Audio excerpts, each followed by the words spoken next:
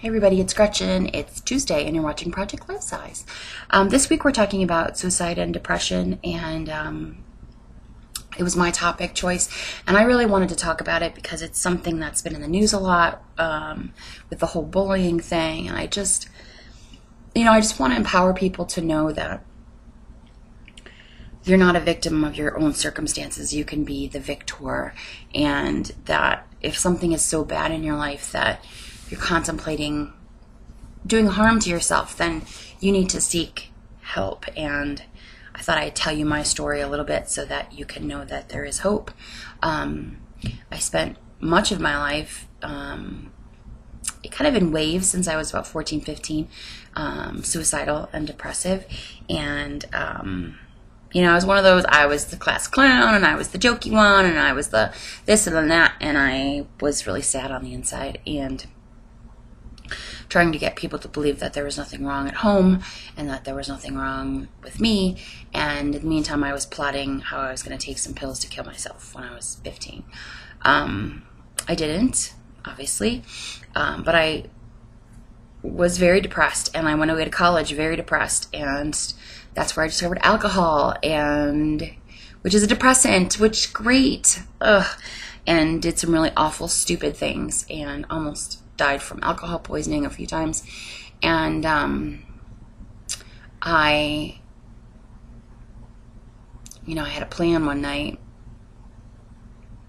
to jump out a window, and I was literally on the edge, and I didn't do it, obviously, again, but that darkness is something that I feel like is always in me, and not because I'm a victim of it. It's because it's part of my chemistry.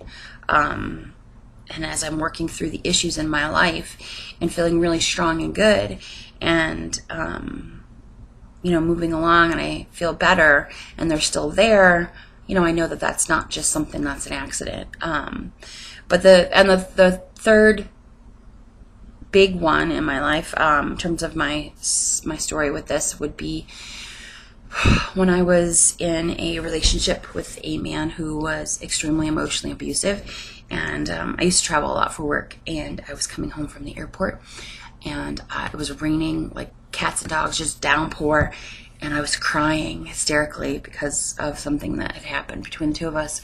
And I very seriously thought about driving my car into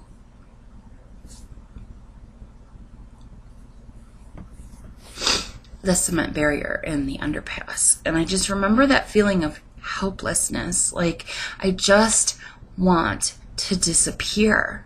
It wasn't that I wanted to die or hurt anybody. It was just that I wanted to not feel anymore. And I started going to therapy.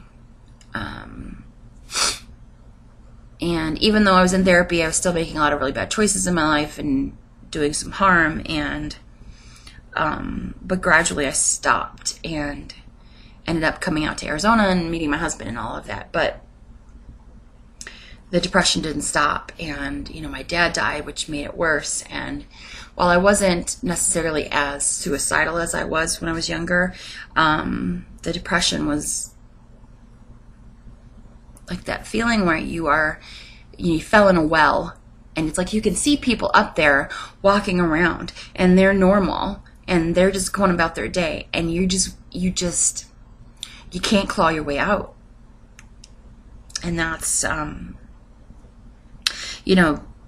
people, doctors, a few therapists here and there have told me all my life that maybe I should consider going on medication, and I never wanted to do that because I didn't want to seem weak.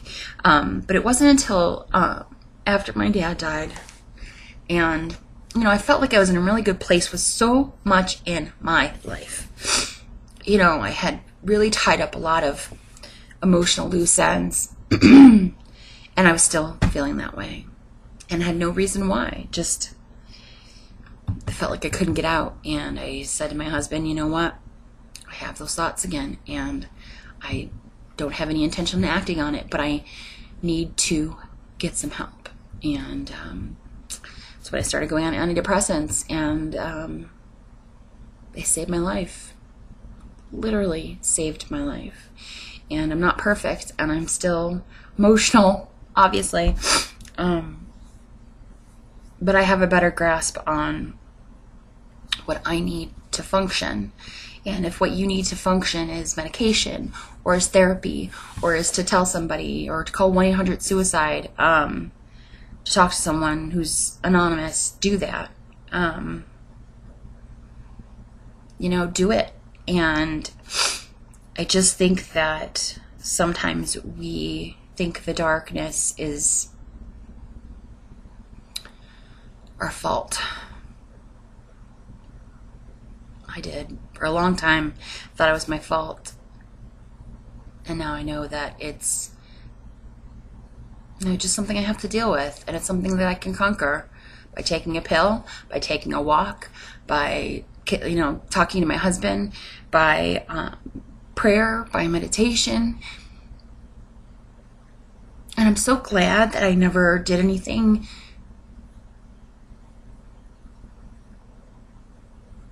I'm so glad. And I'm so sad for that person who was in that spot. And if I could just go, rewind to that first thought when I was a teenager, or rewind to that night in the car in the rain,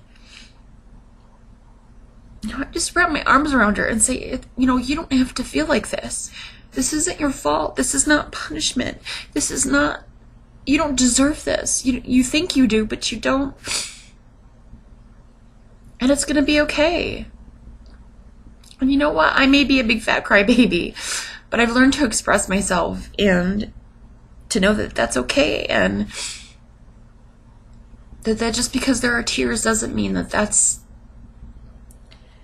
a defect and that it's time to throw in the towel. I'm worth more than that. I'm worth way more than that. And I know that now. And I wish I'd felt it then, but I didn't. And I know that now. I just want you to know that. You're worth so much more than that darkness. And it's not stronger than you.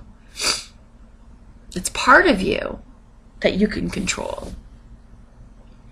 And I'm just so grateful to be able to be here, tell you the story, and hopefully let you learn from my own mistakes. I know this is long, but I love you, and I'll talk to you next week.